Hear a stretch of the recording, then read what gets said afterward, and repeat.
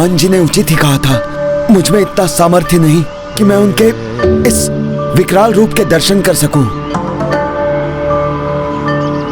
हे महाबली हनुमान, मैं विनती करता हूं, आप पुनः अपना सामान्य रूप धारण कीजिए प्रभु। वो अपने साधारण रूप में आए, उसके पूर्व ही हनुमान जी के इस अद्भुत रूप की एक झलक पाने का सौभाग्य तो पालूं मैं।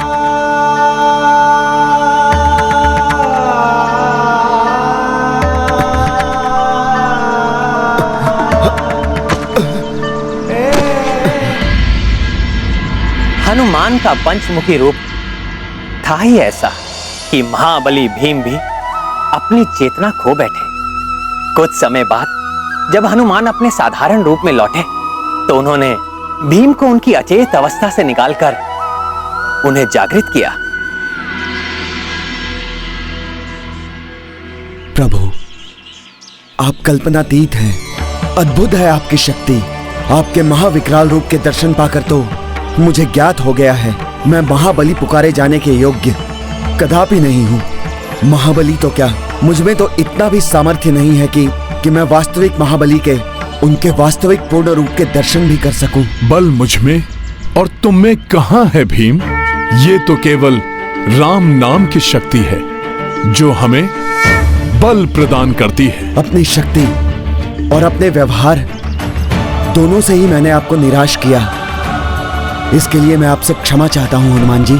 किंतु मैं तो तुमसे तनिक भी निराश नहीं हूं। अपितु तुम्हारी अपार शक्ति और निश्चय की दृढ़ता से अत्यंत प्रभावित हूं। तुमने सभी असफलताओं के बाद भी अपने निरत प्रयत्नों से यह प्रमाणित कर दिया कि तुम सहजता से पराजय स्वीकार करने वालों में से नहीं हो। किंतु तुम ये सदैव स्मरण रखना कि भूल से भी जागृत हुए अहंकार का त्याग करना अति आवश्यक है। हनुमान जी, अपनी इस भूल के लिए मैं बहुत ही लज्जित हूं। आप विश्वास रखिए, आपने मुझे जो सीख दी है उसे मैं कभी नहीं भूलूंगा। प्रभु नहीं, तुमने तो स्वयं कहा था कि मैं तुम्हारा अग्रज हूं, तो तुम मुझे भ्राता बताकर ही संबोधित करो। मैं तुम्हें तुम्हारे प्रत्येक कार्य में सफल होने का और आगामी धर्म युद्ध में अपने सभी विरोधियों को सफलतापूर्वक पराजित करने का आशीर्वाद देता हूं। हनुमत भीम को बोले भाई, आगे बढ़ के हृदय से लगाई। ऊर्जा आशीष रूप प्रदान, जगमह तुम सो को हनुमाना। ये गाथा महाबली हनुमत की, रुचिकर लीला राम भगत की। जय जय जय रघुनंदन राम, जय जय जय महाबली हनुमान। संकट मोचन महाबली, मुझे शक्ति प्रदान करने के लिए और सफलता का आशीष देने के लिए कोटि कोटि धन्यवाद। मैं जिस कार्य के लिए जा रहा हूं उसको सार्थक करने में आपका आशीष मेरा परम सहायक बनेगा। मैंने युधिष्ठिर भैया को वचन दिया है, मैं पुरुष मृग को स्वर्ग से धरती पर लेकर आऊंगा। पुरुष मृग? महाबली भीम, पुरुष मृग को कैसे ले जा पाओगे तुम? तुम्हें ज्ञात भी है कौन है पुरुष मृग? ये तो मैं नहीं जानता हनुमान जी। मैंने अपनी शक्ति के अहंकार में भैया को वचन दे दिया था। अब उस वचन को निभाने के लिए समस्त प्रयास करना अनिवार्य है।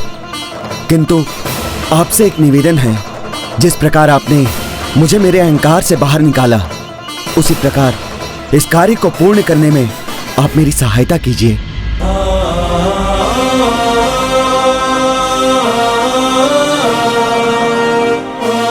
ये कार्य तो मेरे लिए भी अत्यंत कठिन है महाबली भीम, क्योंकि अर्ध मनुष्य और अर्ध पशु पुरुष मृग को संभालना कदाचित असंभव ही है।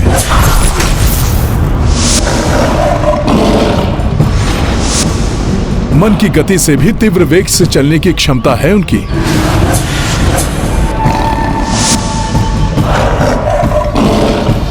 जहां उनके चरण पड़ते हैं वो स्थान पवित्र हो जाता है। धर्म के प्रति उनकी बड़ी श्रद्धा और आस्था है। परम शिव भक्त होने के कारण जहां भी शिवलिंग दिखते हैं, बिना पूजा किए आगे नहीं बढ़ते।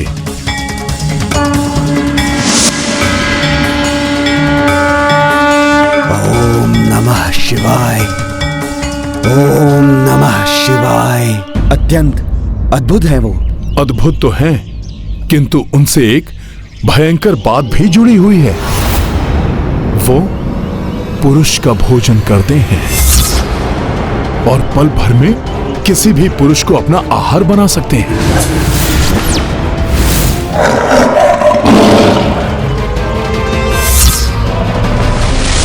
मुझे आशंका है कि कहीं तुम उन्हें लेने जाओ और वो तुम्हारे साथ इंद्रप्रस्थ जाने के लिए अपनी स्वीकृति भी दे दें, किंतु स्वर्ग से बाहर आते ही वो तुम्हें ही अपना आहार न बना ले।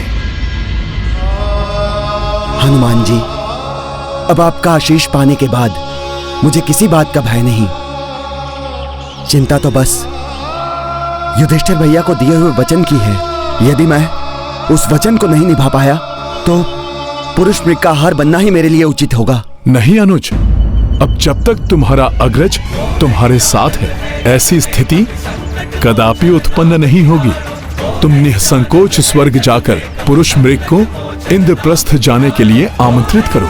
उसके आगे की चिंता तुम मुझ पर छोड़ दो। हनुमान जी, मैं आपका साथ पाकर कृतार्थ हुआ। मुझे आज्ञा दीजिए प्रभु। कल्याण हो। अर्थात हनुमान जी ने महाबली भीम को उनके अहंकार से ही नहीं मुक्त किया, उनके कार्य में भी सहायक बने। जगत के सभी संकट हरने वाले संकट मोचन है हनुमान। फिर भला अपने अनुज को कैसे छोड़ देते हैं? हनुमान को भली भांति ज्ञात था कि पुरुष मृग अत्यंत शक्तिशाली एवं वेगवान है। उनसे रक्षित रहना या किसी की उनसे रक्षा करना अत्यंत कठिन कार्य है। इससे देवलोक के देवता भी भली भांति परिचित थे।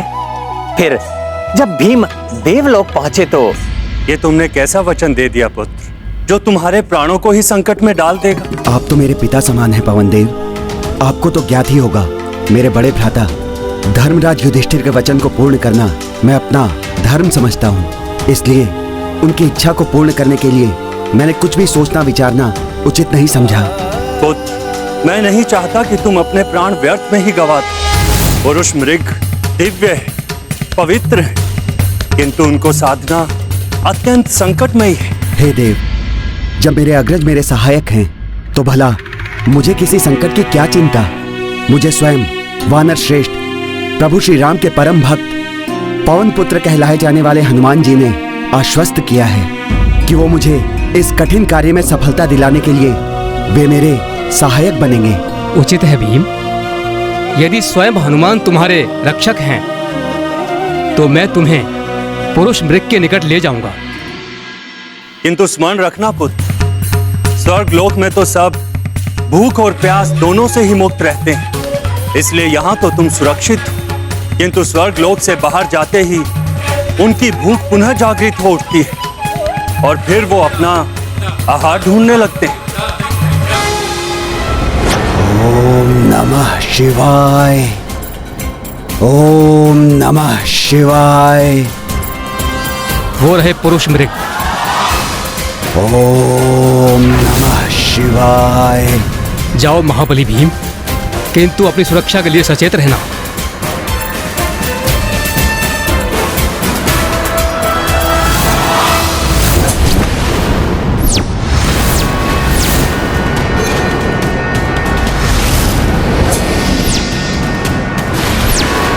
हे महान शिव भक्त भीम का प्रणाम स्वीकार कीजिए।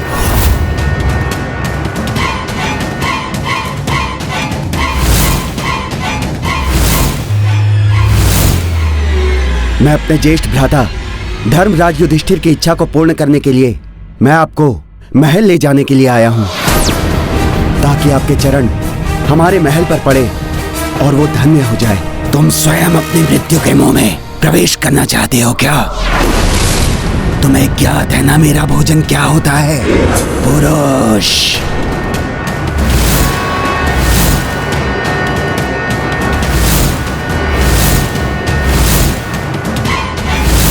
और तुम्हारे शरीर की तो कदकाठी भी उत्तम है। तुम्हें अपना आहार बनाने में मुझे बहुत आनंद आएगा।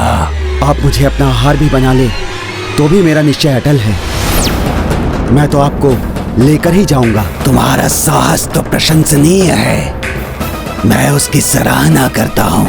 मेरे साहस का एक स्रोत और भी है, जिसके कारण मेरा आत्मविश्वास चरम पर है। मेरे आत्मरक्षक, मेरे संकट मोचक। भोले बाबा, आप ध्यान मग्न अवश्य हैं, किंतु आपसे कुछ कहाँ छिपा है। अपने रुद्रांश को आशीष दीजिए कि मैं पुरुष मृग को स्वर्ग से इंद्रप्रस्थ ले जाने के दुष्कर कार्य में अपने अनुज भीम को सफलता दिला सकूं। मेरा प्रणाम स्वीकार कीजिए भोले बाबा।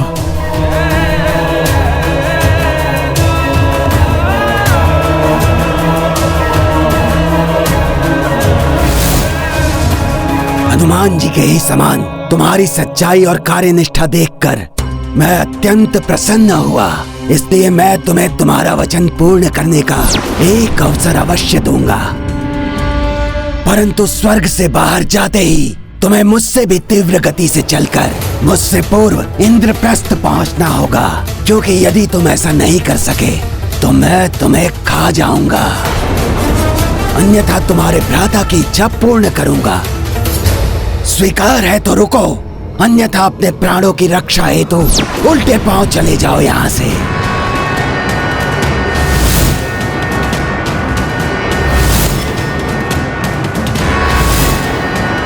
मेरे तुम्हारी ओर मुड़ने तक का समय तुम्हारे पास है। तुम्हारे पास विचार कर निर्णय लेने का, या तो उसके पूर्व ही यहाँ से चले जाना, अन्यथा मैं समझ लूंगा तुम्हें मेरी चुनौती स्वीकार है।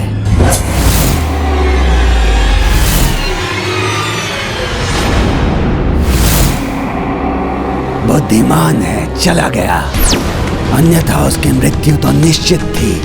आपकी आज्ञा हो तो आरंभ करें पुरुष मृग जी। अपनी मृत्यु का स्वागत पुष्पों से मत करो भीम, अभी तो शीघ्र स्वर्ग के मुख्य द्वार तक पहुंचो, क्योंकि मेरे वहां पहुंचते ही हमारी प्रतिस्पर्धा आरंभ हो जाएगी। उचित है, तो मुझे आज्ञा दीजिए पुरुष मृग जी। स्मरण रहे, यदि मैंने तुम्हें पकड़ लिया तो तुम्हारे समान स्वस्थ और भरे हुए शरीर को अपना भोजन बनाकर अत्यंत आनंदित हो जाऊंगा मैं। इसीलिए मुझसे दया की कोई आशा मत रखना। किंतु महल पहुंचने पर आप किसी को अपना आहार तो नहीं बनाएंगे ना? मैं तुम्हें वचन देता हूँ, मेरे द्वारा तुम्हें अपना आहार बनाने के पूर्व इंद्रप्रस्थ पहुंच गए तो मुझसे भय की कोई बात नहीं। तब मैं किसी भी पुरुष को अपना भोजन नहीं बनाऊंगा। तो उचित है पुरुष मृग जी, मैं अपनी यात्रा आरंभ करता हूँ। जय बजरंग बली। हाँ। फिर क्या हुआ ना? फिर प्रारंभ हुई प्रतिस्पर्धा महातेजस्वी पुरुष मृग और महाबली भीम के मध्य।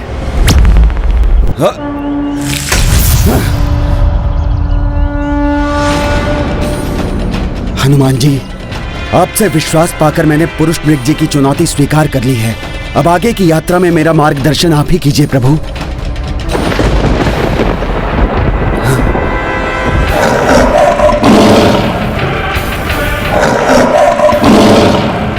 ये तो इतने अल्प समय में यहाँ तक पहुँच गए। मेरे निकट पहुँचने में कुछ भी समय नहीं लगेगा इन्हें। किंतु हनुमान जी कहाँ हैं? कैसे सहायता करेंगे वो मेरी?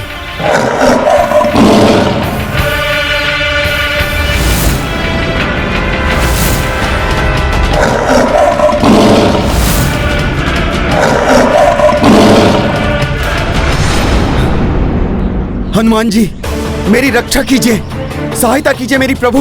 कहाँ है मेरे अग्रज? चिंता मत करो भीम, मैं हूं ना।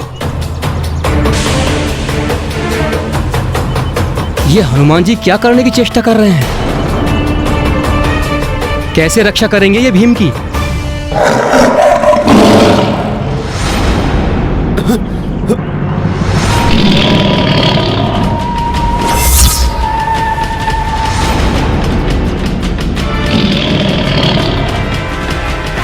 मुझसे स्पर्धा करने चले थे भीम।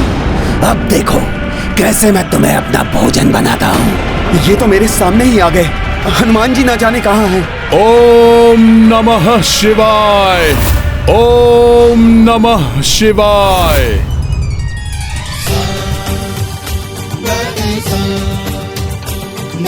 अब तुम नहीं बच पाओगे भीम।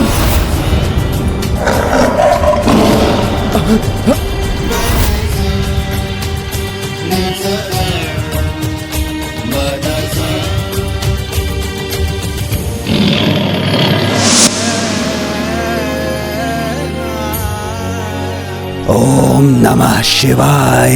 यह अकस्मात शिवलिंग हमारे मध्य में कैसे आ गया?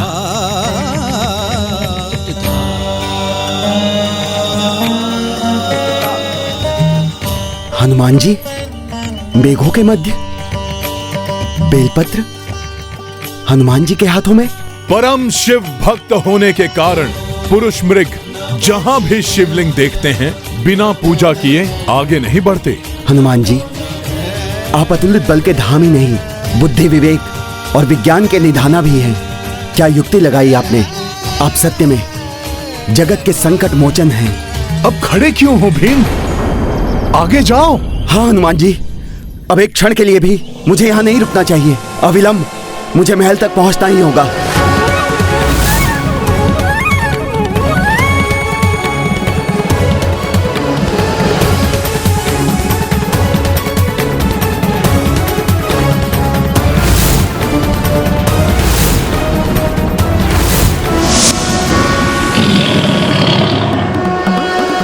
भीम तुम्हें क्षण भर में पकड़ लूंगा मैं। ये दहाड़ तो पुरुष मृग की प्रतीत होती है। हमें उनके स्वागत के लिए तत्पर रहना होगा। किंतु भ्राता, सुना है कि पुरुष मृग को स्वर्ग से बाहर लाना बहुत ही कठिन है। कहीं कोई अनर्थ ना घट जाए। हाँ अर्जुन, प्रार्थना करो भीम उन्हें सकुशल यहां तक लाने में सफल हो। पुरुष मृग ने तो अपनी गति और तीव्र कर दी है। हनुमान जी कुछ कीजिए, ये पुनः मुझ तक पहुंच रहा है। कुछ कीजिए संकट मोचन। चिंता मत करो भीम, मेरे अनुज हो तुम। मैंने तुम्हें वचन दिया है, तुम्हारा कोई अहित नहीं होने दूंगा मैं।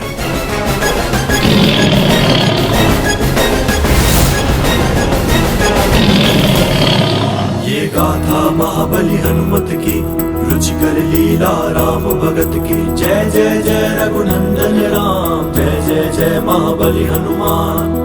युक्ति अनोखी कपीश लगाए, भीम पुरुष मृग हाथों बचाए। मार्ग मह कपि बेल पत्र गिराए, पूजा मह पुरुष मृग उलझाए। ये गाथा महाबली हनुमत की, रुचिकर लीला राम भगत की। जय जय जय रघुनंदन राम, जय जय जय महाबली हनुमान।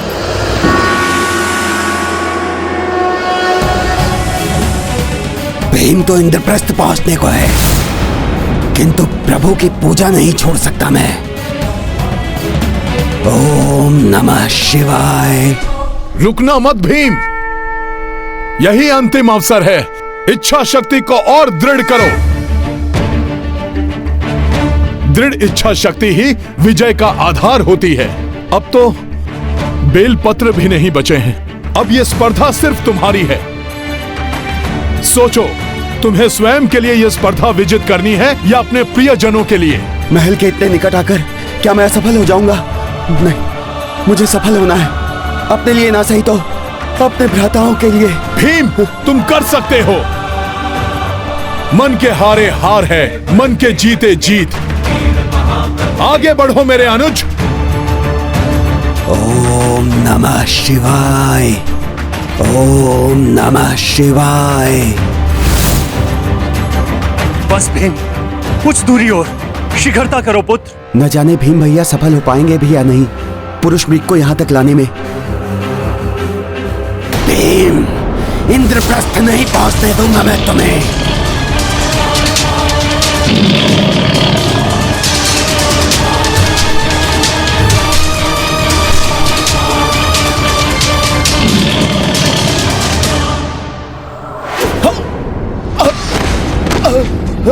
तुम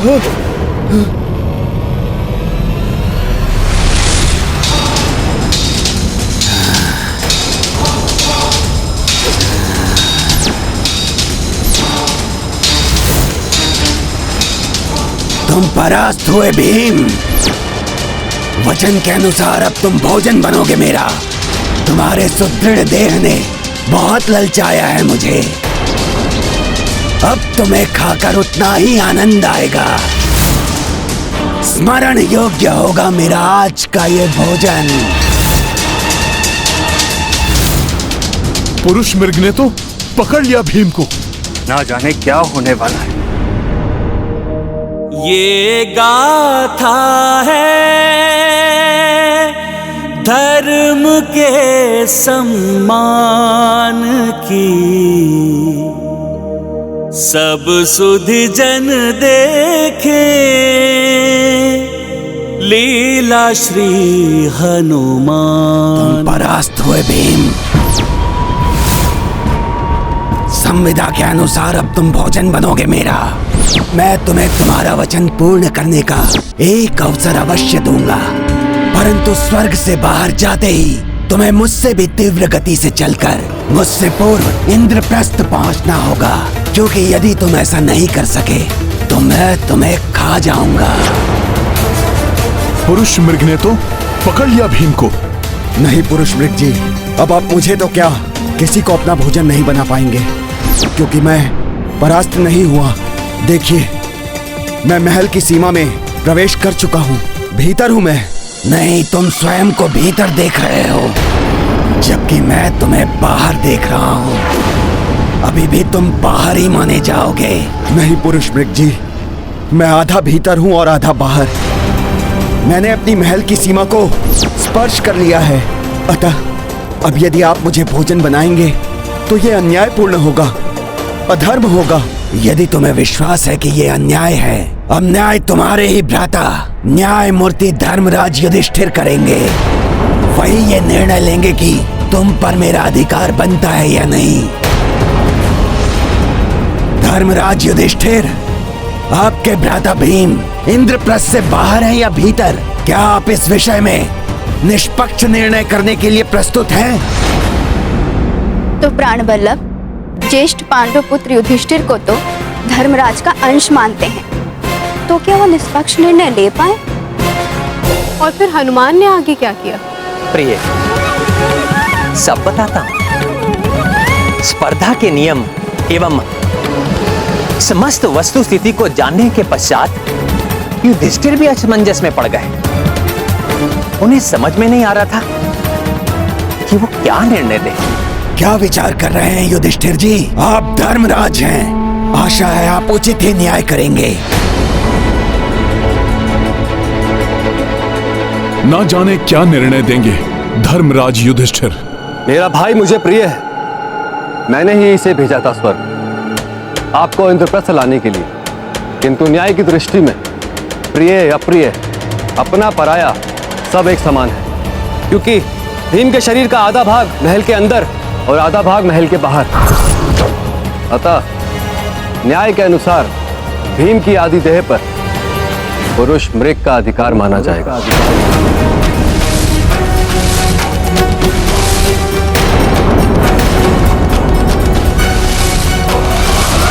ये कैसा निर्णय सुना दिया है युधिष्ठिर ने? किंतु बड़े भैया, यदि पुरुष मृग ने भीम भैया के आधे देह को खा लिया तो इनकी मृत्यु हो जाएगी। नहीं अर्जुन, बड़े भैया के निर्णय पर आक्षेप लगाना अनुचित है। भैया, आपका निर्णय मेरे लिए आदेश है, जिसका पालन अवश्य होगा।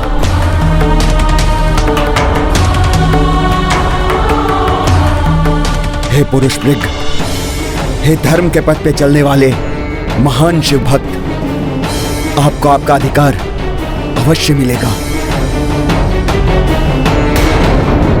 न्याय के अनुसार मेरी देह का आधा भाग आपको समर्पित है। ये तुमने क्या किया भीम? परिणाम जो भी हो, किंतु तुम्हारी न्याय प्रियता प्रशंसनीय है। तुम्हारी देह जितनी सुदृढ़ है, तुम्हारा हृदय उतना ही कोमल। मैं तुम्हें अपनी संविदा से मुक्त करता हूं।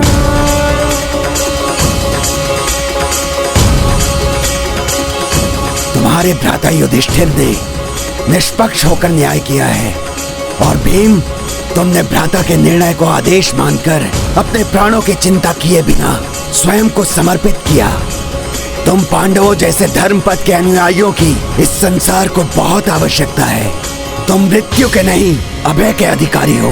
आपका बहुत बहुत आभार पुरुष मृग जी। यदि आप हम पर प्रसन्न हैं तो मेरे बड़े भैया की इच्छा पूर्ण कीजिए। अपने पावन चरणों के स्पर्श से हमारे इस महल को पवित्र कर दीजिए। इंद्रप्रस्थ पुरुष मृग प्रवेशा, पांडव सकल उल्लास व हर्षा। परिक्रमा जो नगर लगाई, अलौकिक ऊर्जा सब दिशा छाई। ये गाथा महाबली हनुमत की, रुचिकर लीला राम भगत की। जय जय जय रघुनंदन राम, जय जय जय महाबली हनुमान। हमारी कर्मभूमि महल पर कृपा करने के लिए आपको बहुत बहुत धन्यवाद पुरुष मृग जी। आप सबकी सदैव जय हो, किंतु मैं इस प्रकार नहीं जाने वाला यहाँ से। अब क्या चाहिए इन्हें? कहीं पुनः कोई असंभव कार्य तो नहीं बता देंगे ये? भीम, मुझे ज्ञात है हमारी स्पर्धा में तुम्हारी सहायता किसी और ने की है, इसलिए कहिए पुनः? नहीं, अब जो भी हो मैं किसी भी परिस्थिति के लिए प्रस्तुत हूँ। जिनके कारण यह संभव हुआ, मैं उन महाबली के दर्शन करना चाहता हूँ। यदि वो हस्तक्षेप नहीं करते तो मार्ग में ही तुम मेरा आहार बन चुके होते। वही मेरे मार्ग में बार बार शिवलिंग उपस्थित करते, मुझे तुम तक पहुंचने से रोक रहे थे। ये आप किसके विषय में बात कर रहे हैं पुरुष मृग जी? वही जो जगत के संकट मोचन हैं, जिन्होंने भीम को इस संकट से उबारा। संकट मोचन महाबली हनुमान। संकट मोचन महाबली हनुमान? ये क्या कह रहे हैं आप? ये सत्य कह रहे हैं बड़े भैया। स्पर्धा के आरंभ में ही ये कई बार मेरे निकट आ गए थे। मैं तो आरंभ में ही इनका भोजन बन जाता, किंतु हनुमान जी ने बार बार इनके मार्ग में शिवलिंग स्थापित कर दिया और कोई भी महान भक्त अपने भगवान की उपेक्षा करके आगे नहीं बढ़ सकता। और ये तो शिव जी के महान भक्त हैं, अतः इन्हें बारंबार शिव जी की पूजा के लिए रुकना पड़ा। भीम, उन महाबली हनुमान के दर्शन करा के मेरा जीवन धन्य कर दो। हे संकट मोचन, हे महाबली हनुमान, हमें दर्शन देकर कृतार्थ कीजिए प्रभु।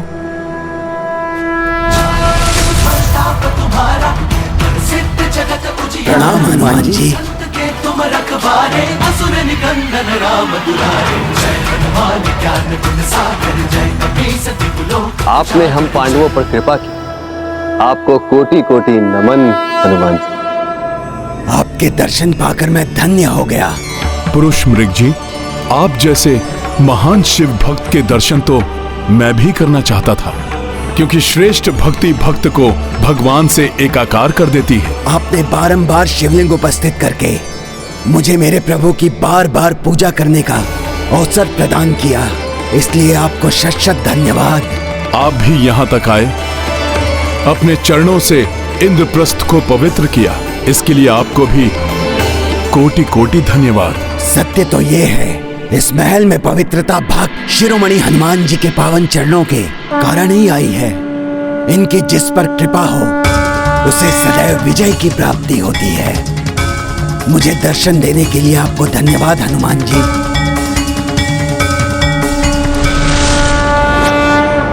हे महान राम भक्त, हे संकट मोचन हनुमान, आपने मेरे अनुज भीम को विकट संकट से उबारा, इनकी रक्षा की। आपका ये उपकार हम पांडव कभी नहीं भूलेंगे। हनुमान जी, जगत में ऐसा कौन भक्त होगा जो आपके संकट मोचन नाम से परिचित नहीं होगा।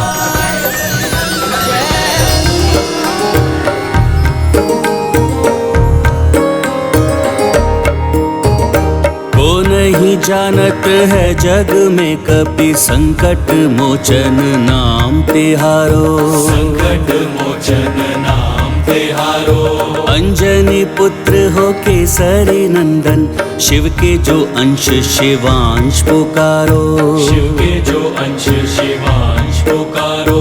बाल समय भानु भक्षी लियो तुम, जान के फल कोई प्यारो प्यारो।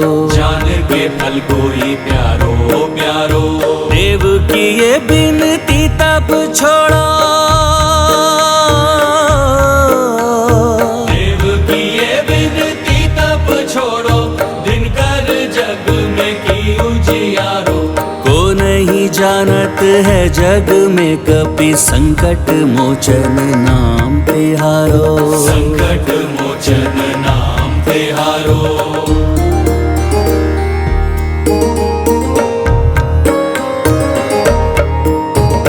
वज्र प्रहारा टूटी हनु तव, नाव भयो हनुमान तिहारो। नाव भयो हनुमान तिहारो। आशीष रूपी वरदान अनगिन, देव सभी तुमको दे डारो। देव सभी तुमको दे डारो। राम के काज को दे के सहाया, राम के काज को दे के सहाया, जग कल्याण को ध्येय है धारो। को नहीं जानत है जग में कपि संकट मोचन नाम तिहारो। संकट मोचन नाम तिहारो।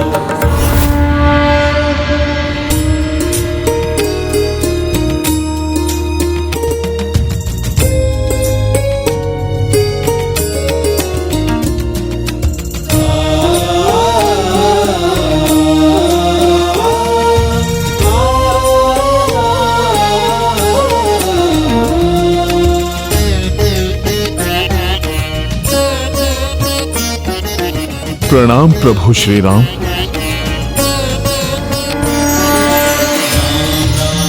वर्षों से तरसते इन नेत्रों को आज आपके दर्शन हो गए प्रभु मेरे श्री राम।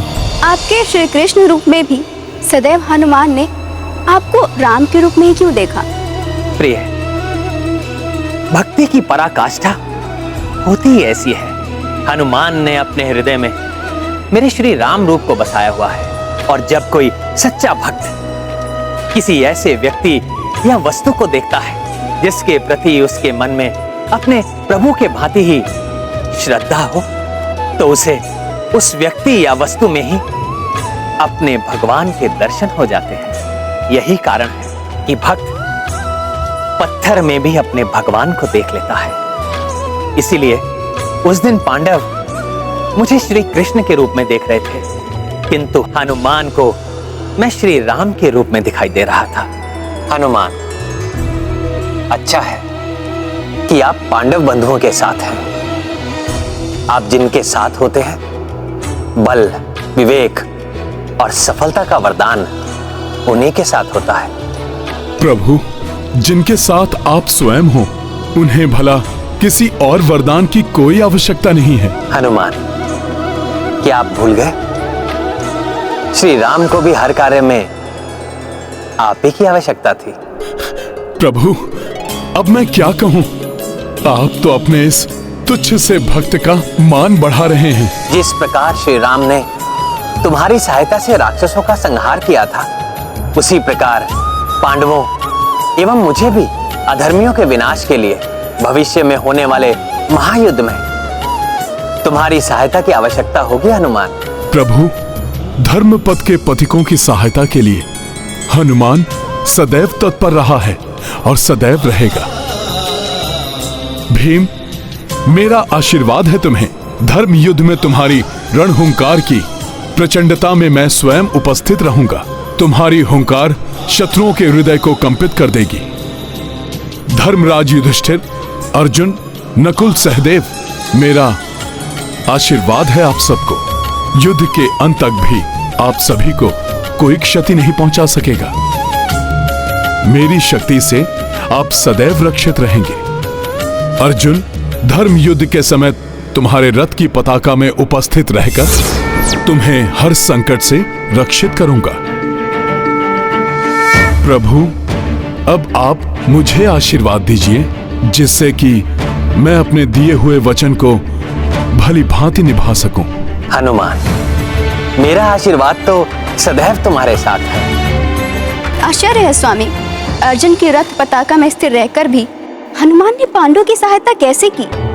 इस प्रकार तो वो एक सिर्फ मार्गदर्शक बने रहे होंगे। और क्या हनुमान ने उस महायुद्ध में सक्रिय रूप से भाग लेकर पांडवों की सहायता की थी? सक्रिय तो हनुमान आरंभ से अंत तक थे प्रिय, किंतु कपि ध्वज के रूप में। और इस सत्य का पता अर्जुन को भी युद्ध की समाप्ति के बाद ही पता चला। युद्ध में विजय प्राप्त करने के लिए बधाई हो पार्थ। अब रथ से उतर जाओ।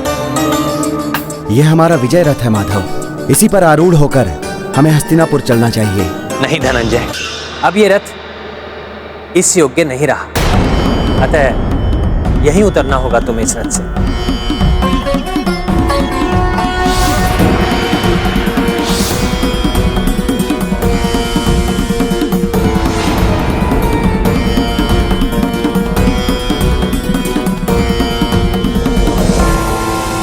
अपने इस विजय रथ के अंतिम दर्शन करना। ऐसा क्यों कह रहे हैं माधव? कुछ तो रहस्य है इसमें। आपने हम सभी का बहुत साथ दिया है, अब आप भी इस रथ को त्याग दीजिए। संकट मोचन हनुमान।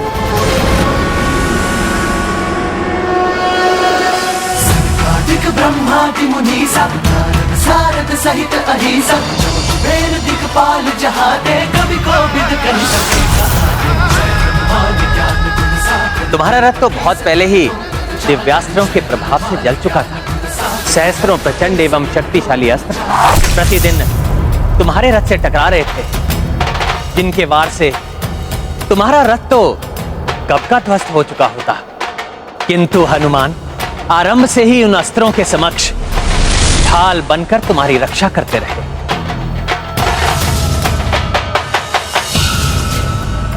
इसलिए उनके हटते ही तुम्हारा रथ नष्ट हो गया। जगत उजियारा संत के तुम रखवारे असुर निकंदन राम दुलारे। जय हनुमान ज्ञान गुण सागर जय कपीस तिहुलो। हे संकट मोचन महाबली हनुमान, आपने हम सबको सहस्त्रों संकटों से रक्षित किया है। हम पांचों पांडव आपके सदैव आभारी रहेंगे। साथ खड़े माधव हनुमाना पांडव भाई करे परनामा। सदैव विजयी भव। कपि महावीर सहाय आशीष मुरली धर बरसाए। गाथा महाबली हनुमत की रुचिकर लीला राम भगत की। जय जय जय रघुनंदन राम जय जय जय महाबली हनुमान। हनुमान, तुम्हारी भक्ति की शक्ति ने पुनः अधर्म का नाश करने के लिए हम सबकी सहायता की। मेरा आशीर्वाद है तुम्हें, जो भी मनुष्य पूर्ण श्रद्धा एवं भक्ति भाव से तुम्हारा स्मरण करेगा, तुम्हारी भक्ति की शक्ति से उसके कष्टों का नाश होगा। प्रभु, आपकी कृपा का पारावार नहीं है। आपका साथ पाकर मैं धन्य हो गया। तुम्हारी एवं तुम्हारे भक्तों की सदा जय हो हनुमान।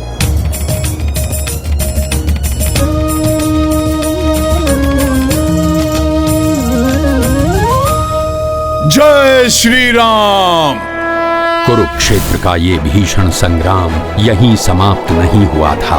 जब तक संकट मोचन हनुमान पांडवों के साथ उनकी पताका में उपस्थित रहे, तब तक पांडवों को हर अनिष्ट से उन्होंने रक्षित किया, हर संकट के समक्ष ढाल बनकर उन्हें बचाया। किंतु संकट मोचन के युद्ध भूमि से गमन करते ही एक प्रचंड संकट ने पांडवों की ओर बढ़ना आरंभ कर दिया था। उस प्रचंड संकट का नाम था अश्वत्थामा, पांडवों के गुरु द्रोणाचार्य का पुत्र अश्वत्थामा। नहीं दुर्योधन, नहीं।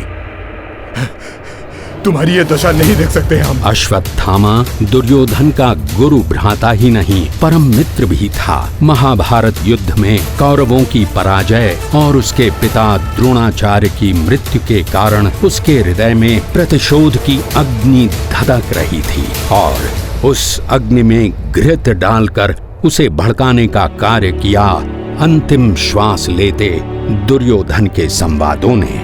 मुझे उस दिन सबसे अधिक दुख हुआ था जिस दिन गुरुदेव द्रोणाचार्य की मृत्यु हुई थी। तुम्हारे हृदय की पीड़ा को मैं समझ सकता हूँ मित्र, किंतु युद्ध में वीर गति को प्राप्त हुए योद्धाओं पर गर्व किया जाता है, दुख नहीं।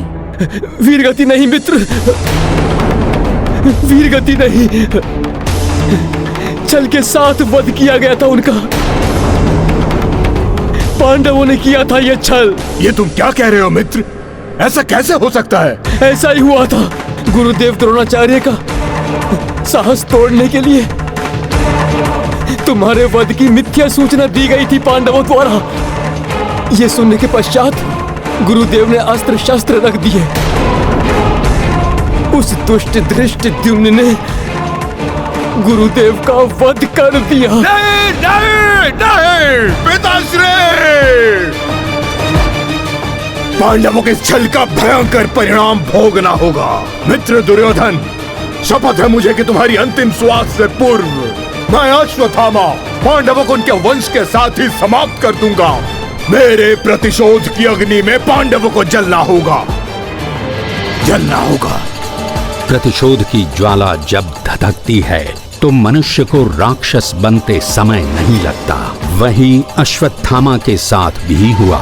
मदांध अश्वत्थामा सीधा पांडवों के शिविर जा पहुंचा, जहां भीषण युद्ध से क्लांत हुए पांडव बेसुध होकर निद्रा मग्न लेटे हुए थे।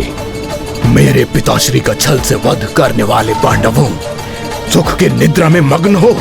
तुम्हारी सुख की निद्रा को चिर निद्रा में परिवर्तित कर दूंगा मैं। ये गाथा है धर्म के सम्मान की, सब सुधि जन देखे लीला श्री हनुमान की।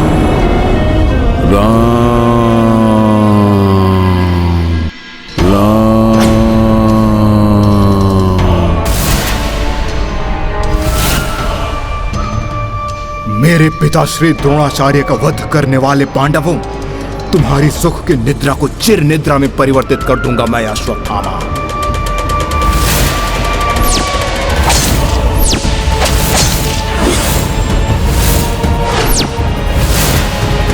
ये तो पांडव प्रतीत नहीं होते, परंतु ये कैसे हो सकता है? ये शिविर तो पांडवों का ही है। हाँ? ये तो पांडवों के राजकुमार हैं, द्रौपदी के पुत्र। अच्छा हुआ पांडवों के कुल का नाश हो गया। जिस प्रकार मैं मेरे प्रियजनों की आग में झुलस रहा हूं, उसी प्रकार पांडव भी उसी आग में जलेंगे।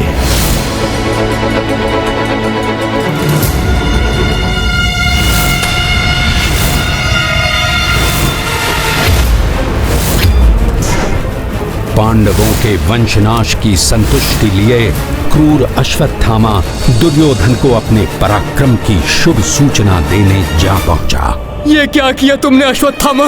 बालकों का वध, ऐसा घृणित कार्य, संसार का सबसे बड़ा पाप किया है तुमने। यदि ये सोचकर तुम प्रसन्न हो रहे हो कि तुमने पांडवों के वंश का नाश कर दिया है, तो कदाचित तुम ये भूल रहे हो कि अर्जुन की पुत्र वधु उत्तरा, उसके गर्भ में अभिमन्यु की संतान पल रही है। मैं ये भी समझ रहा हूँ तुम्हारे इस जघन्य कृत्य के लिए ना तो कृष्ण तुम्हें क्षमा करेंगे और ना पांडव। इससे पूर्व कि कृष्ण तुम्हें ढूंढते हुए यहाँ आ जाए, मेरे मित्र, तुम जाकर किसी गुप्त स्थान पर छुप जाओ।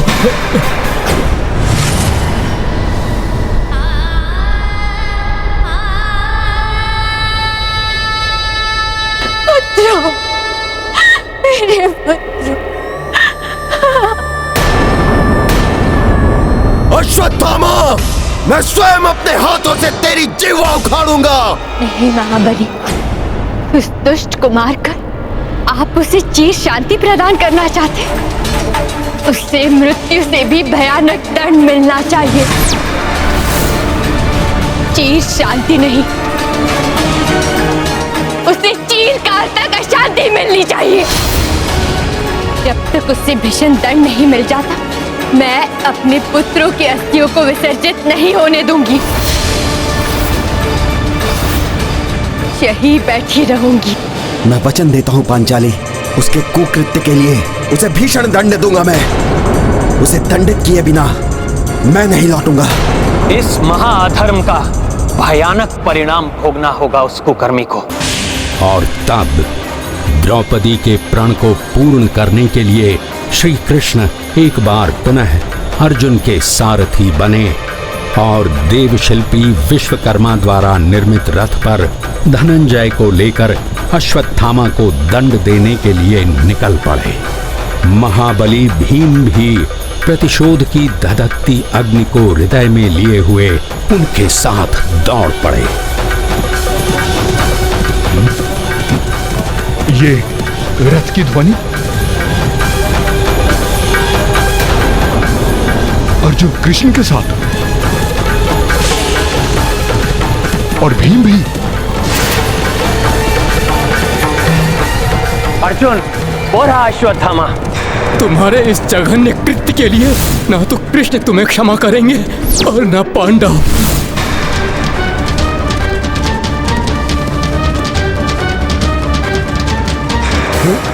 भागकर कहां जाओगे अश्वत्थामा? जो जघन्य कृत्य तुमने किया है उसका दंड तुम्हें भुगतना ही होगा।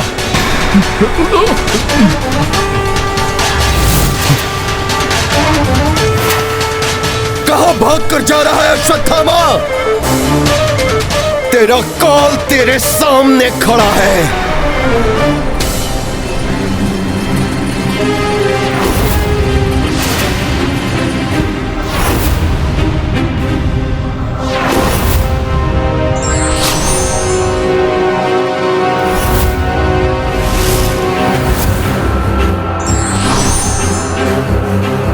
ये क्या कर रहा है अश्वत्थामा?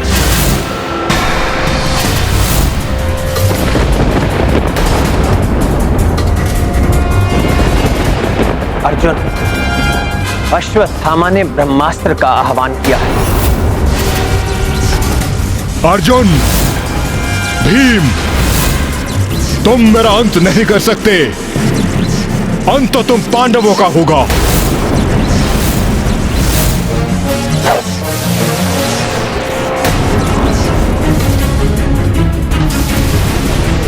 ये क्या अनर्थ कर दिया अश्वत्थामा ने? ऋषिवर वेदव्यास जी युद्ध कौशल का दुरुपयोग कर रहा है अश्वत्थामा। हाँ देवर्षि, ये पाप पर पाप कर रहा है। अर्जुन, अब क्या करोगे तुम? माधव, ब्रह्मास्त्र को केवल ब्रह्मास्त्र से ही काटा जा सकता है। किंतु अर्जुन, नहीं माधव, इसके अतिरिक्त और कोई विकल्प नहीं है।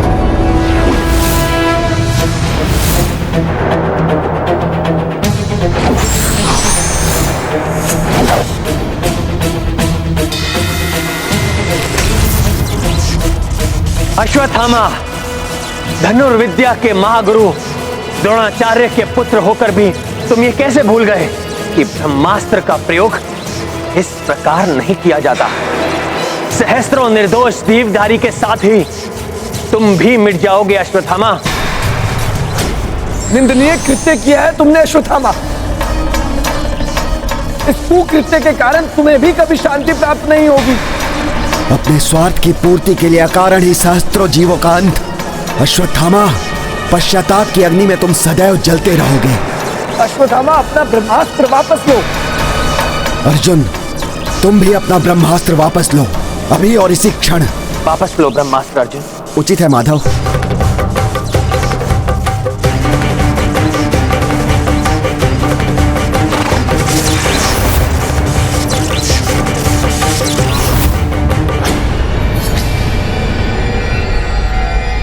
मैं वेदव्यास तुम्हें आज्ञा देता हूं अश्वत्थामा कि तुम इसी क्षण अपना ब्रह्मास्त्र वापस लो। मेरे पिताश्री ने मुझे अपूर्ण ज्ञान ही प्रदान किया है। मैं ब्रह्मास्त्र का संधान तो कर सकता हूं, किंतु इसे वापस लेने की विद्या मुझे नहीं आती। अब मैं यदि इसे लौटाना भी चाहूं तो भी मैं इसे लौटा नहीं सकता। जब ब्रह्मास्त्र को वापस नहीं लौटा सकते तो तुम्हें इसका संधान भी नहीं करना चाहिए था अश्वत्थामा। यदि तुम इसे लौटा नहीं सकते हो तो किसी ऐसे स्थान की ओर मोड़ दो जो निर्जन हो, जहां पर कम से कम हानि हो। उचित है, मैं इसकी दिशा अवश्य ही मोड़ सकता हूं। यदि ये सोचकर तुम प्रसन्न हो रहे हो कि तुमने पांडवों के वंश का नाश कर दिया है, तो कदाचित तुम ये भूल रहे हो कि अर्जुन की पुत्र वधु उत्तरा, उसके गर्भ में अभिमन्यु की संतान पल रही है। ब्रह्मास्त्र चलाया है तो पांडव कुल की आगामी पीढ़ी का नाश तो कर ही सकता हूं मैं इससे।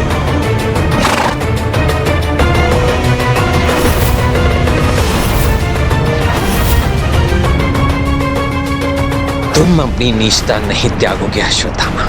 श्री कृष्ण को बोध हो गया था कि अश्वत्थामा ने ब्रह्मास्त्र को अभिमन्यु पत्नी उत्तरा के गर्भ की ओर परिवर्तित कर दिया था, जिससे उनका कोप अपने चरम पर पहुंच गया। अश्वत्थामा, तुम क्या सोचते हो पांडवों के कुल के वंश का नाश कर दोगे तुम?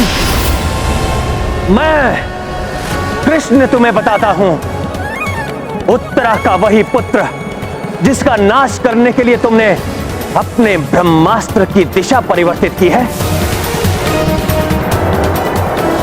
भविष्य में वो एक महान राजा बनेगा और तुम अधम अश्वत्थामा।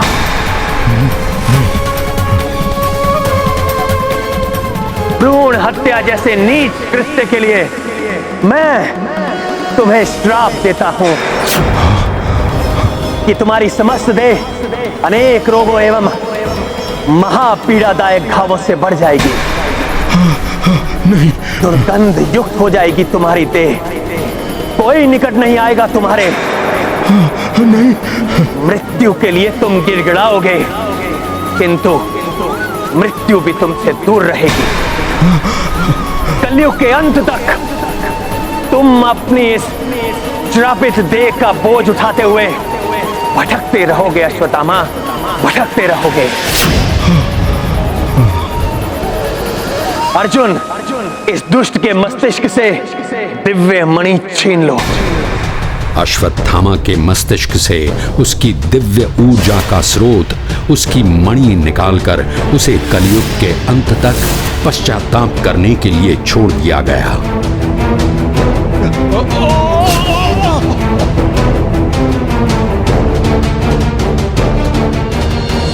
अश्वत्थामा की दिव्य मणि देखकर द्रौपदी के संतप्त हृदय को शांति मिल गई, किंतु जैसे ही श्री कृष्ण लौटने को हुए, अभिमन्यु पत्नी उत्तरा सहायता की गुहार लगाती हुई श्री कृष्ण के सम्मुख आ खड़ी हुई। रक्षा कीजिए द्वारकाधीश, रक्षा कीजिए। उत्तरा, ब्रह्मास्त्र मेरी संतान की प्राण हरना चाहता है। रक्षा कीजिए द्वारकाधीश, रक्षा कीजिए। यह अश्वत्थामा द्वारा छोड़ा हुआ ब्रह्मास्त्र है जो उसने पांडव कुल की आगामी पीढ़ी का विनाश करने के लिए अभिमंत्रित करके छोड़ा था। इससे रक्षा कीजिए प्रभु श्री कृष्ण, आप तो परब्रह्म स्वरूप हैं, आप सब कुछ कर सकते हैं प्रभु।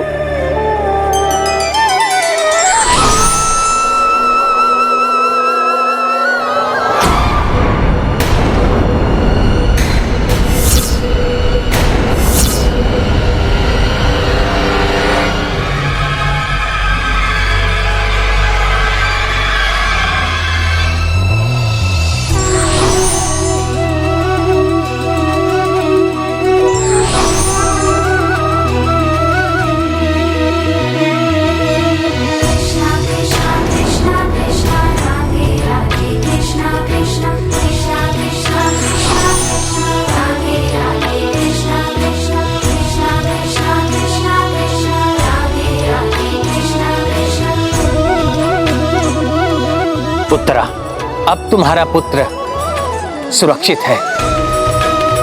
उसके जन्म के पूर्व ही उसकी इतनी बड़ी परीक्षा हुई, अतः तुम्हारे पुत्र का नाम परीक्षित होगा।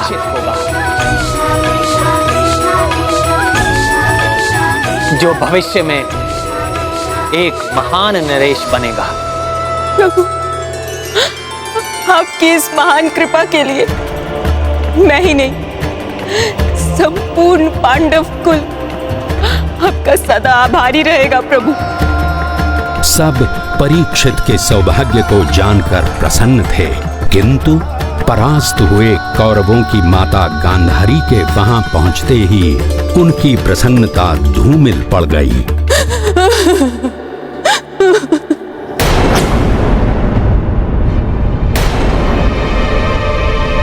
एक दुखियारी माँ की कोख उजाड़कर तुम सब आनंद मना रहे हो। मैं देख नहीं सकती, किंतु आभास कर सकती हूँ, आभास कर सकती हूँ तुम्हारी प्रसन्नता का। मैं सत्य कह रही हूँ ना देवकी नंदन? केशव, तुम्हारे अस्मित हास्य का अब भी आभास हो रहा है मुझे। यदि मेरी विष्णु भक्ति सच्ची है, यदि अब भी मेरी पत्नी व्रता पत्नी का धर्म दृढ़ है, मैं अभागी मां तुम्हें ये श्राप देती हूँ। कृष्ण, जिस तरह तुमने कौरवों और पांडवों को आपस में युद्ध करवाकर मेरे वंश का सर्वनाश किया है, उसी प्रकार समस्त यदुवंशी भी आपस में लड़कर वंश नाश का कारण बनेंगे।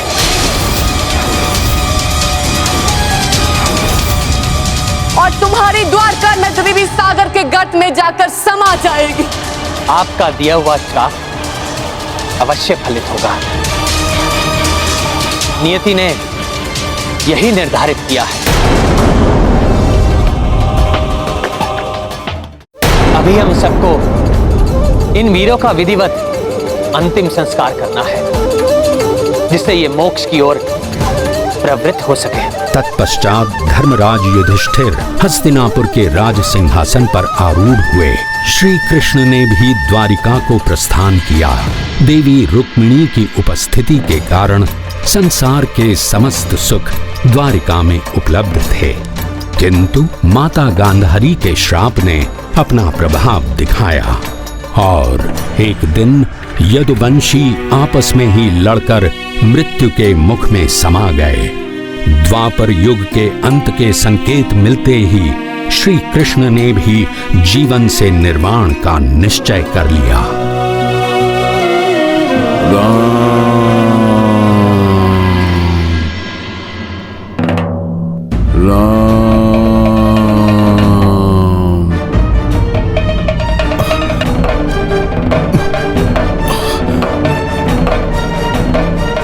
प्रभु, मेरा हृदय अकस्मात ही प्रभु के लिए व्याकुल क्यों हो रहा है?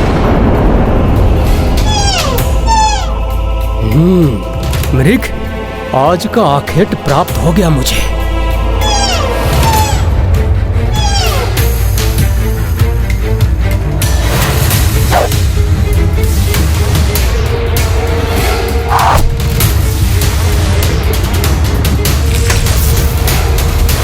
ये क्या हो रहा है? कभी प्रभु के लिए हृदय व्याकुल हो रहा है, तो कभी बाली भैया की मृत्यु का दृश्य इन नेत्रों के समक्ष घूम रहा है।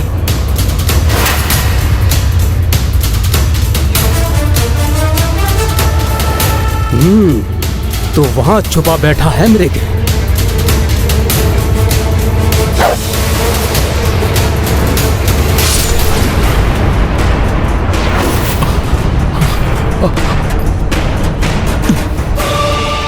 कुछ तो है जो मेरे हृदय को व्यथित कर रहा है। लक्ष्य पर लगा है मेरा तीर।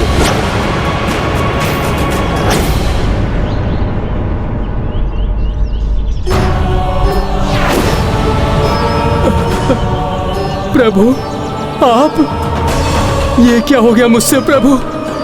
मेरे ही तीर ने आपको ये कुकृत्य कैसे हो गया मुझसे प्रभु?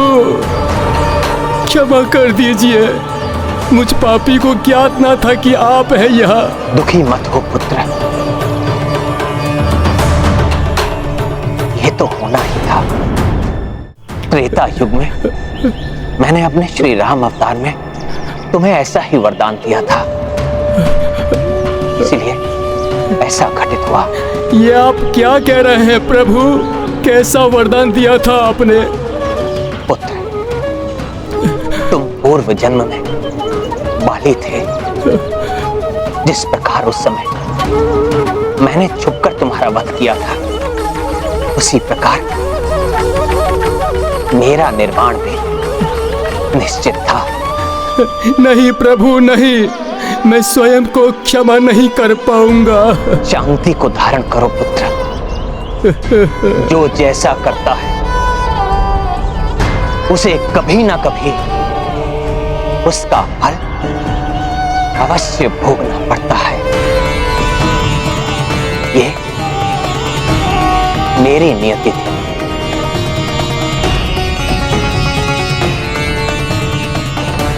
त्रेता युग में श्री राम ने हनुमान को जो वचन दिया था, उसे उन्होंने द्वापर युग में श्री कृष्णावतार में पूर्ण किया और पृथ्वी से निर्वाण करने से पूर्व उन्होंने हनुमान को अपने अंतिम दर्शन दिए।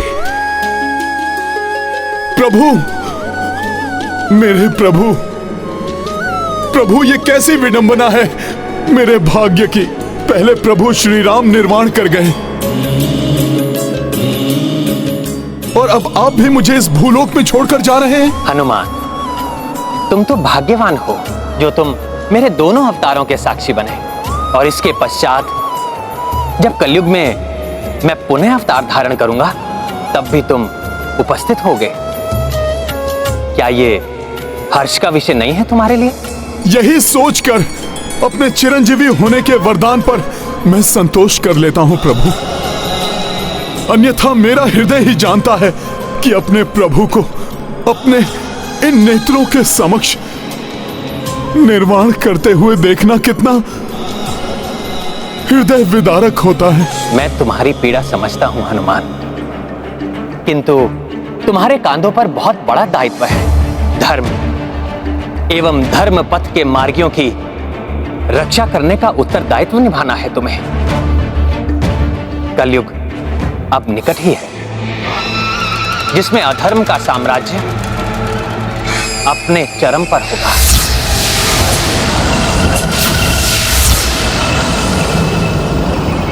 हनुमान, शीघ्र ही पांडव कुमार परीक्षित का राज्य अभिषेक होने वाला है।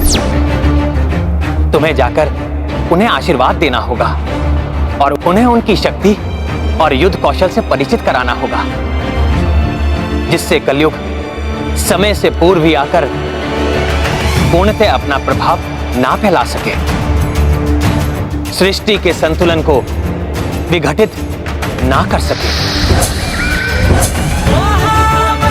आपकी आज्ञा शिरोधार्य है प्रभु। प्रणाम प्रभु। तुम्हारी और तुम्हारे भक्तों की सदा जय हो हनुमान। ये गाथा है धर्म के सम्मान की, सब सुधि जन देखे लीला श्री हनु। पांडवों को भी आभास हो गया था कि अब उनके भी दायित्व पूर्ण हो चुके हैं, उन्हें भी निर्वाण कर लेना चाहिए। अतः उन्होंने शीघ्र ही गुरुदेव कृपाचार्य की अध्यक्षता में कुमार परीक्षित के राज्याभिषेक की व्यवस्था कर ली। हनुमान भी श्री कृष्ण को दिए हुए वचन को निभाने के लिए सभा में उपस्थित हुए। श्री राम भक्त प्रभु हनुमान जी, राज्य अभिषेक की शुभ बेला पर आपने मुझे दर्शन दिए। मैं धन्य हो गया हूँ प्रभु, और अब मुझे विश्वास हो गया है कि हम पांडवों पर आपका आशीर्वाद बना हुआ है, और इसी विश्वास से मुझे मेरे दायित्वों को निभाने में संबल प्रदान होगा। महाराज परीक्षित, आप स्वयं सक्षम हैं। विष्णु रथ हैं आप, अर्थात स्वयं श्री विष्णु देव से रक्षित हैं, जिनके बल पर आपको धर्म राज्य की स्थापना करनी है। मेरा आशीर्वाद है आपको। जब तक आप पूर्ण धर्म निष्ठा के साथ राज नहीं करेंगे, तब तक कलयुग अपना प्रभाव पूर्णतया नहीं फैला सकेगा। आप धन्य हैं प्रभु, आप धन्य हैं। हनुमान के आशीर्वाद से राजा परीक्षित को अपनी शक्तियों एवं ज्ञान विज्ञान का बोध हुआ और उन्होंने पूर्ण निष्ठा के साथ राजपाट संभाल लिया। तब निश्चिंत होकर पांचों पांडव बंधुओं ने द्रौपदी के साथ स्वर्ग की ओर प्रयाण किया। द्रौपदी पांडव श्वान भाई ऊंचे पर्वत चढ़ते जाए, किंतु छोड़ के श्वान युधिष्ठिर सब मूर्छा पाए गए गिर। धर्मराज युधिष्ठिर, आपका स्वागत है। आप स्वर्ग गमन के अधिकारी हो गए हैं, किंतु आपको अपने साथ आए हुए इस श्वान को यहीं छोड़ना होगा, तभी आप हमारे रथ पर आरूढ़ हो सकेंगे। ये श्वान भी मेरे साथ यहाँ तक आया है, इसने भी मार्ग की सभी बाधाओं और कठिनाइयों पर विजय प्राप्त की, अतः ये भी स्वर्ग गमन का अधिकारी हो गया है। नहीं धर्मराज, इसे हम स्वर्ग नहीं ले जा सकते। मुझे भी क्षमा कीजिए, मैं स्वर्ग नहीं जाऊँ। पांडव श्रेष्ठ युधिष्ठिर, श्वान जैसे तुच्छ प्राणी के लिए आप स्वर्ग का त्याग करने के लिए भी तत्पर हो गए। आप इस परीक्षा में भी सफल हो, अतः आप निसंदेह स्वर्ग गमन के अधिकारी हो गए। जहां धर्मराज युधिष्ठिर ने न्याय के लिए सर्वोत्तम त्याग का उदाहरण प्रस्तुत किया, वहीं भूलोक में महाराज परीक्षित भी राजधर्म का पालन करते हुए भली भांति राजपाट संभाल रहे थे। कलयुग का आरंभ हो चुका था, किंतु महाराज परीक्षित की धर्मनिष्ठा के कारण कलि पुरुष को अपना साम्राज्य फैलाने का अवसर ही नहीं मिल रहा था। मैं कलयुग का सम्राट कलि पुरुष हूँ। मेरा समय आरंभ हो चुका है महाराज परीक्षित, किंतु तुम्हारे कारण मुझे धरती पर अधिकार करने का अवसर नहीं मिल पा रहा है। इतनी धर्मनिष्ठा उचित नहीं है, कोई तो अधर्म करो महाराज परीक्षित। कलि पुरुष धरती पर छा जाने का पूर्ण प्रयास कर रहा था, किंतु हनुमान की भक्ति की शक्ति एवं महाराज परीक्षित की धर्मनिष्ठा उसका मार्ग रोक रही थी। तब कलि पुरुष ने महाराज परीक्षित को लालच देकर छलने का निश्चय किया। एक दिन जब महाराज परीक्षित आखेट के लिए वन में गए थे, तब उन्होंने एक विचित्र दृश्य देखा। यह मृग कहाँ लुप्त हो गया? यह वृषभ कहाँ से आ गया है?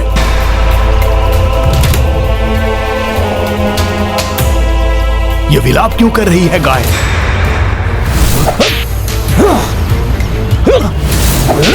ये एक पांव के वृक्ष को ये दुष्ट इतने क्रूरता के साथ क्यों सता रहा है? ये कैसा दृश्य दिखाई दे रहा है मुझे? बंद करो इसे सताना। अधर्म कर रहे हो तुम मेरे राज्य में। कितनी दुर्बल गाय है ये। वृक्ष भी एक पैर का है। क्यों सता रहे हो इन निरीह प्राणी को? कौन हो तुम इन्हें दुख देने वाले? राजन, शास्त्रों में निहित वचनों से मोहित होने के कारण हम उस पुरुष को नहीं जान पाते जो समस्त क्लेश का मूल है। सभी दुख जिसके कारण उत्पन्न होते हैं, कोई दुख का कारण प्रारब्ध को मानता है तो कोई कर को, कोई स्वयं को तो कोई ईश्वर को। जबकि दुख के कारण को ना तो तर्क वितर्क से जाना जा सकता है, ना ही वाणी से व्यक्त किया जा सकता है। मैं पहचान गया हूं आपको। आप धर्म पुरुष हैं। आप स्वयं को दुख देने वाले के बारे में इसलिए नहीं बता रहे हैं क्योंकि ऐसा करना भी चुगली है, अधर्म है। चुगली करने वाला भी नरक को भोगता है। यही नहीं, आपके इन वचनों का गूढ़ अर्थ यह है कि सुख हो या दुख, सबका कर्ता ईश्वर है। आप तो वेदज्ञ हैं राजन, इसलिए आप ये भी जानते हैं कि ईश्वर को वाणी से व्यक्त नहीं किया जा सकता। श्रद्धा एवं भक्ति से ही ईश्वर का आभास किया जा सकता है। आपके इस एक पांव का संकेत ये है धर्म पुरुष कि सतयुग में धर्म के चारों चरण थे, तब पवित्रता, सत्य एवं दया, तत्पश्चात त्रेता एवं द्वापर के समाप्त होते होते अधर्म के अंश अहंकार, अशक्ति एवं मद के कारण धर्म के 3 चरण नष्ट हो गए। अब मात्र सत्य रूपी एक ही पांव बचा है, जिसके बल पर आज धर्म टिका हुआ है, जिसे कलयुग अपने क्रूर प्रहारों से गिराने का प्रयास कर रहा है। धर्म के मात्र एक पांव सत्य को भी नष्ट कर देना चाहता है कलयुग, और कलयुग के अत्याचारों से पीड़ित यह गाय के रूप में दुख में विलाप करती हुई माता पृथ्वी है। आप दोनों को इस प्रकार प्रताड़ित होते हुए और नहीं देख सकता मैं। कली पुरुष! रुक जाइए महाराज, रुक जाइए। मैं आपकी शरण में हूं और शरण गहे को हानि पहुंचाना अधर्म है। आपने सत्य पहचाना। मैं एक काल पुरुष हूं, ये मेरा युग है। मैं मात्र अपना धर्म निभा रहा हूं और आप भी मुझे ऐसा करने से नहीं रोक सकते। नहीं कली पुरुष, मेरे राज्य में धर्म को कोई हानि नहीं पहुंचा सकता। मैं चेतावनी देता हूं तुम्हें। तुम्हारी भलाई इसी में है कि मेरा राज्य त्याग करके चले जाओ यहाँ से। आप धर्म पथ के अनुयायी होकर भी काल धर्म का विरोध कर रहे हैं। महान पांडवों के वंशज हैं आप। काल चक्र के अनुसार मेरे काल अर्थात कलयुग का आरंभ हो चुका है, और यदि आप मुझे अपने राज्य में प्रवेश करने से रोकेंगे तो मैं कहाँ जाऊंगा? संपूर्ण पृथ्वी पर तो आपका ही राज है। 3 अश्वमेध यज्ञ करने के पश्चात आपने संपूर्ण पृथ्वी को विजित कर लिया है, किंतु तुम अन्याय और अत्याचार का विस्तार करते हो। पाप कर्म के लिए मनुष्य को उकसाते हो, और ये हम अपने राज्य में होने नहीं देंगे। किंतु ईश्वर के बनाए हुए विधान के विरुद्ध कैसे जा सकते हैं आप? भले ही आप मुझे कोई सीमित स्थान प्रदान करें, किंतु आप मुझे अपने राज्य में रहने से वंचित नहीं कर सकते, अन्यथा आप काल धर्म का पालन ना करने के दोषी होंगे। उचित है, तो मैं तुम्हें 4 ऐसे स्थान प्रदान करता हूँ जहाँ तुम अपना प्रभाव फैला सकते हो, जहाँ द्यूत क्रीड़ा होती हो, जहाँ मद्यपान किया जाता हो, जहाँ वेश्यावृत्ति होती हो एवं जहाँ हिंसा की जाती हो। इन 4 कारणों से 4 पाप असत्य, मद, आसक्ति एवं निर्दयता जुड़े हुए हैं। जो भी मनुष्य ये 4 प्रकार के पाप करेगा, तुम उसे अपने प्रभाव में ले सकते हो। विडंबना तो यह है कि आपके राज्य में सभी धर्मात्मा हैं। 4 पाप कर्म कोई भी मनुष्य नहीं करता। फिर कैसे और कहाँ वास करूंगा मैं? मुझे कोई अन्य स्थान दीजिए, जैसे स्वर्ण जिसके साथ लालच का पाप जुड़ा है। स्वर्ण का लालच कभी भी समाप्त नहीं होता। दुहाई है आपको काल धर्म की, मुझे स्वर्ण में वास करने की अनुमति दे दीजिए। उचित है, मैं तुम्हें स्वर्ण का स्थान भी देता हूँ। जहाँ स्वर्ण होगा वहाँ तुम वास कर सकते हो, किंतु मेरे जीवित रहते तुम अपने अत्याचार के साम्राज्य का विस्तार नहीं करोगे। मुझे स्वीकार है धर्मात्मा, मेरे लिए इतना ही पर्याप्त है।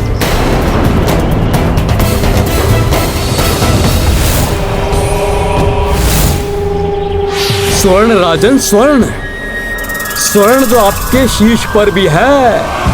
सर्वप्रथम तो आपके शीश पर स्वर्ण मुकुट पर वास करूंगा मैं, और आपके ही मस्तिष्क को अपने वश में करूंगा मैं।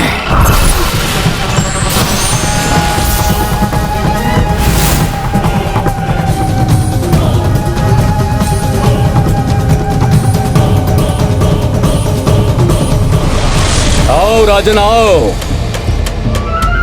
स्वर्ण में मुझे स्थान देकर बड़ी भूल कर दी तुमने।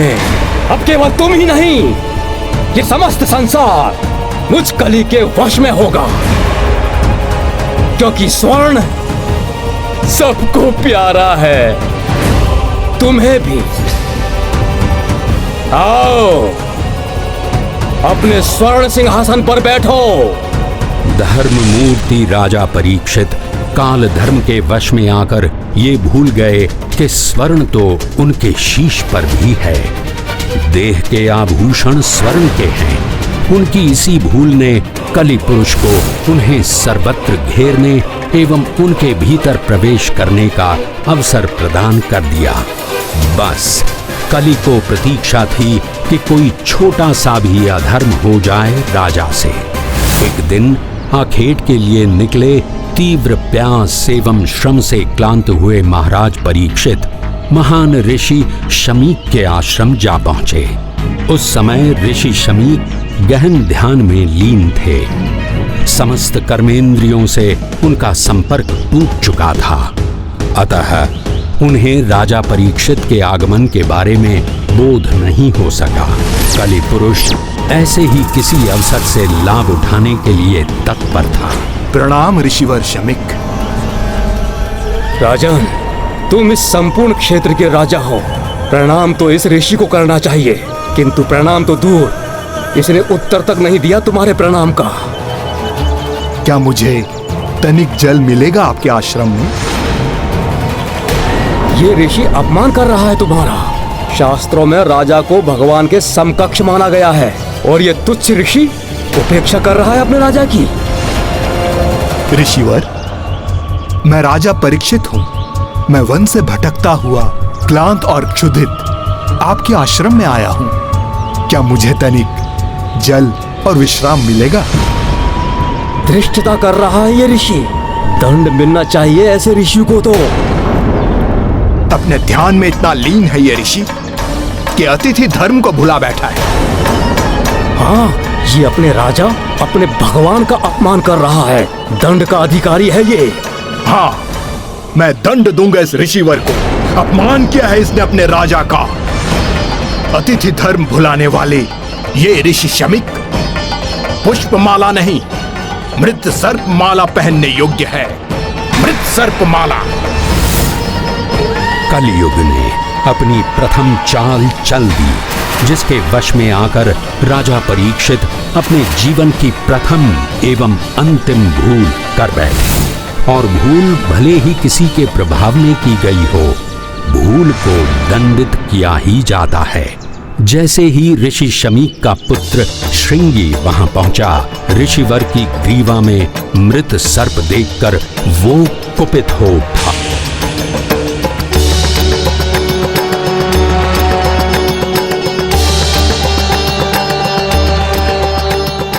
किसने पिताश्री के साथ ऐसी अभद्रता की है? मैं महर्षि शमीक का पुत्र श्रृंगी अपने तपोबल से श्राप देता हूँ। जिसने भी पिताश्री के साथ ऐसी अभद्रता की है, आज से 7 दिवस के भीतर उसकी मृत्यु हो जाएगी। पिताश्री के ग्रीवा में सर्प डालने वाले दुष्ट नागों का राजा तक्षक स्वयं तुझे डसेगा। सफल रही मेरी चाल। 7 दिवस, अभी से केवल 7 दिवस, फिर कली दिखाएगा अपना वास्तविक प्रभाव। क्या हुआ पुत्र श्रृंगी? बहुत कुपित दिखाई दे रहे हो।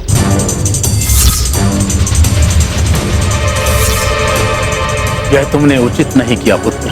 तुम्हें ऐसा कदापि नहीं करना चाहिए था। पापी को उसके पाप का दंड दिया है मैंने पिताश्री। नहीं पुत्र, बिना सत्य को जाने किसी को श्राप देना कभी कभी बहुत बड़े अनर्थ को जन्म दे देता है।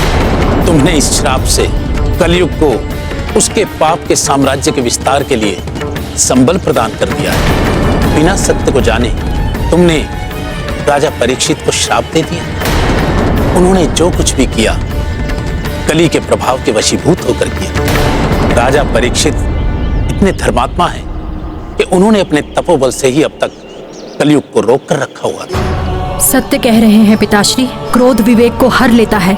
हमें क्षमा कर दीजिए पिताश्री। पुत्र, राजा परीक्षित को तो अभी तक ये ज्ञात भी नहीं कि तुमने उन्हें श्राप दे दिया है और श्राप को वापस भी नहीं लिया जा सकता। किंतु तुम्हारे लिए उचित होगा कि तुम स्वयं जाकर उन्हें इन सब से अवगत कराओ। ऋषि कुमार श्रृंगी ने अपने पिता के निर्देशानुसार सब कुछ महाराज परीक्षित को बता दिया। सत्य को जानकर महाराज परीक्षित गहन पश्चाताप के सागर में डूब गए। इतना बड़ा पाप कार्य कैसे हो गया मुझसे? ऋषि तो सदैव सम्मान के अधिकारी होते हैं और मैंने अपमान कर दिया ऋषिवर का। कर्म फल तो भोगना ही होता है। पाप हुआ है मुझसे, अब दंड भी मुझे ही भोगना होगा। मुझे घृणा हो रही है अपने आप पर, घृणा हो रही है मुझे अपने आप पर। नारायण नारायण नारायण नारायण। देवर्षि नारद, देखिए ना कैसा पाप कर्म हो गया है मुझसे। अब इसका प्रायश्चित करूं तो कैसे करूं? अब आप ही बताइए देवर्षि नारद। हर पाप कर्म का कोई ना कोई प्रायश्चित तो होता है महाराज परीक्षित। आप ऋषिवर शुकदेव की शरण में जाइए। शुकदेव ऋषि महर्षि वेद व्यास जी के पुत्र? हाँ महाराज, उनकी सहायता से आपके पाप का प्रायश्चित हो सकता है। वो किसी भी स्थान पर अधिक समय तक नहीं टिकते। वो इन दिनों आपके नगर की सीमा के निकट से ही निकल रहे हैं। अतः आप उनके पास जाकर उन्हें श्रीमद् भगवत कथा सुनाने का आग्रह कीजिए। उसी से आप कली के प्रभाव से मुक्त होकर मोक्ष को प्राप्त होंगे। आपका कल्याण होवत।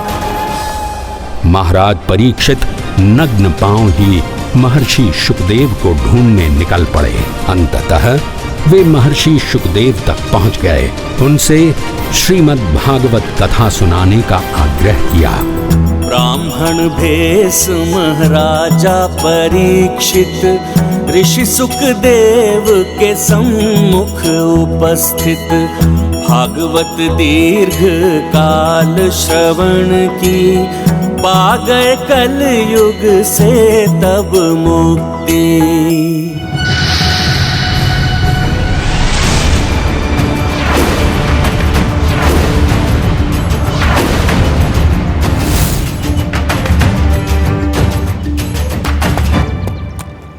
अच्छा है, बड़े ही धार्मिक पुत्र एवं पुत्र वधू हैं।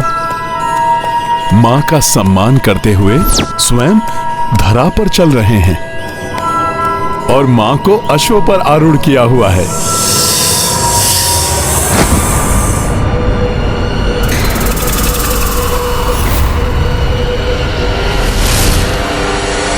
महाराज परीक्षित, तुम्हारा अंत और कलयुग का प्रारंभ।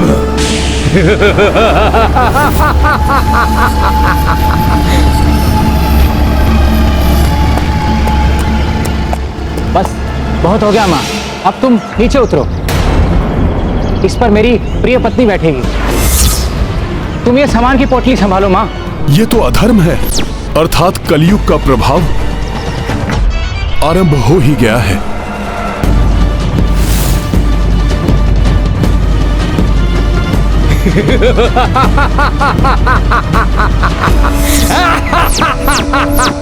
मैं कलयुग को प्रवेश नहीं करने दूंगा।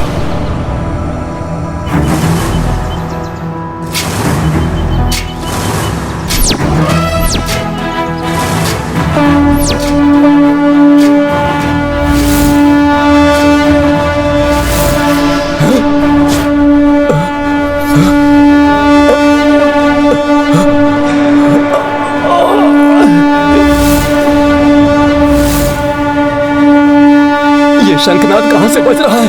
कौन बजा रहा है इसे? इसकी ध्वनि विचलित कर रही है मुझे।